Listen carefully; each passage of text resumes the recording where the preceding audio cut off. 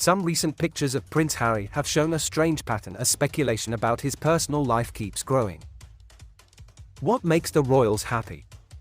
I would guess things like wine, hunting, books, exotic trips, spiritual mentors, sales, paint colors, and horses. They are not a complex group, born to avoid anything too common like self-reflection. Except for King Charles and his worn-out Van der Post books. Fortunately, we are not limited by generations of inbreeding and a lifelong suppression of all feelings, so we can do some thinking. And this week's events have revealed something very odd about Prince Harry, the Duke of Sussex, something that might sound silly at first. Hello and a very warm welcome to British Royal Daily Updates YouTube channel. Harry often seems happier when he is not in the US. And Harry seems happier when he is doing royal work. Here comes the irony. The Duke and his wife Meghan, the Duchess of Sussex, of course the most famous royal dissidents since the days of fainting sofas. In fact, it would be hard to find anyone who doesn't know about the Sussexes' long list of complaints about royal life. Lucky then that the Sussexes, in 2020, found a way to escape from the firm, borrow a friend's very expensive private jet, fly to California and make huge business deals like a kid collecting pogs in the 90s. It was time to be happy. Soon, the Duke and Duchess had two cute kids, huge mansion, and the joy of knowing no one would ever ask them to open the Chelsea flower show. But strangely enough, the photos that we now see regularly of Harry, the US version, do not show a happy, lively guy who has finally gotten so much of what he wants. For example, when he and Meghan went out for dinner earlier this month, he looked like he was regretting ordering another dessert. Photos of him and his daughter Lilibet watching a parade on Independence Day show him looking either sad or in need of a laxative or both. In others taken in January of him at the beach with their dog, he also looked so solemn one would think he had just received some bad news about a skin lesion. His public appearances in America have become exercises in grim-faced royalty, a man developing wrinkles faster than Estee Lauder can whip up new creams to fix them. All of which is hardly surprising. This is a man with a lot on his mind, from his alienation from his British family to his various lawsuits back in the UK to the fact that he forgot to buy almond milk again. Also in January he repeatedly appeared on screens to promote his book Spare, generally coming across like a man with shards of glass in his underwear.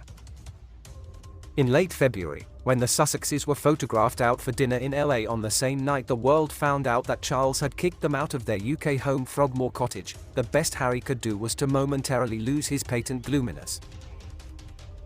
Which is not to mention how unhappy and troubled he looked in May, when he, Meghan and her mother Doria Ragland were caught in a clash with the paparazzi in New York.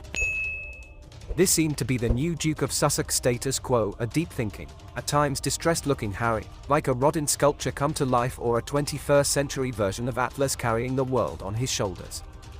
And they say an arts degree is useless. And then Harry flew to Japan this week for a sports conference and blew all of that out of the water. From the minute that he and handsome polo player Nacho Figueras landed, the Duke was doing more radiant smiling than a man who has just found out he has won lotto. During the quick trip, he happily posed for selfies with South Africa's Stellenbosch University Choir, made nice with the audience, raving about Japan, "I would happily live here if you'd have me," and even responded to a shouted question from a journalist with warm words. Warm words. Not a scowl in sight. It might seem like a fluke, but Harry was all smiles when he returned to the UK in May for his dad's crowning. Despite being relegated to the third row, sandwiched between a former tequila envoy, Jack Brooksbank, Princess Eugénie's husband, and the 57th heir to the throne, Princess Alexandra, 86, he was seen laughing and joking with his relatives before and after the ceremony, especially with his Aunt Princess Anne and her flamboyant hat. Another time when Harry looked ecstatic was in September last year, when he and Meghan visited Dusseldorf, the next host of the Invictus Games.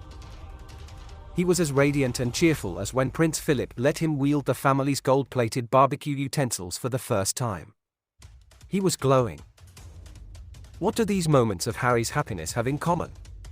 They all happened outside the US and they all involved him doing royal things. So, we have to wonder, could Harry's true happiness lie in a life similar to the one he just escaped from? A life where he doesn't have to end every sentence with a fake, "have a nice day," where he doesn't have to pretend to get the electoral college system, and where he can devote his non-parenting hours to helping others.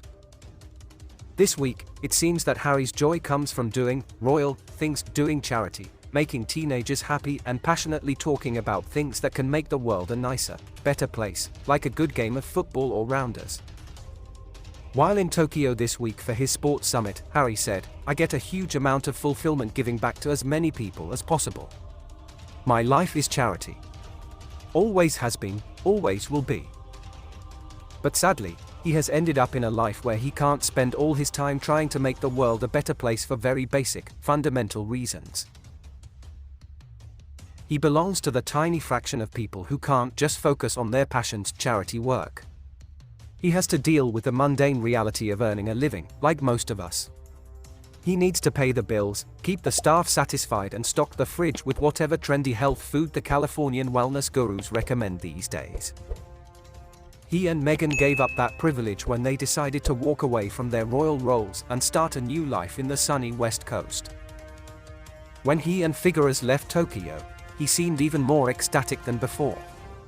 He is so happy these days that he might strain some facial muscles that he rarely used before and need some medical help. It's a nice change to see him so joyful, but how long will it last? To quote Shakespeare loosely, "I knew my English minor would come in handy. Happiness is not a smooth journey." Please subscribe to British Royal Daily Updates YouTube channel and turn on the notification bell. This way you will be notified when we drop a video. Stay safe.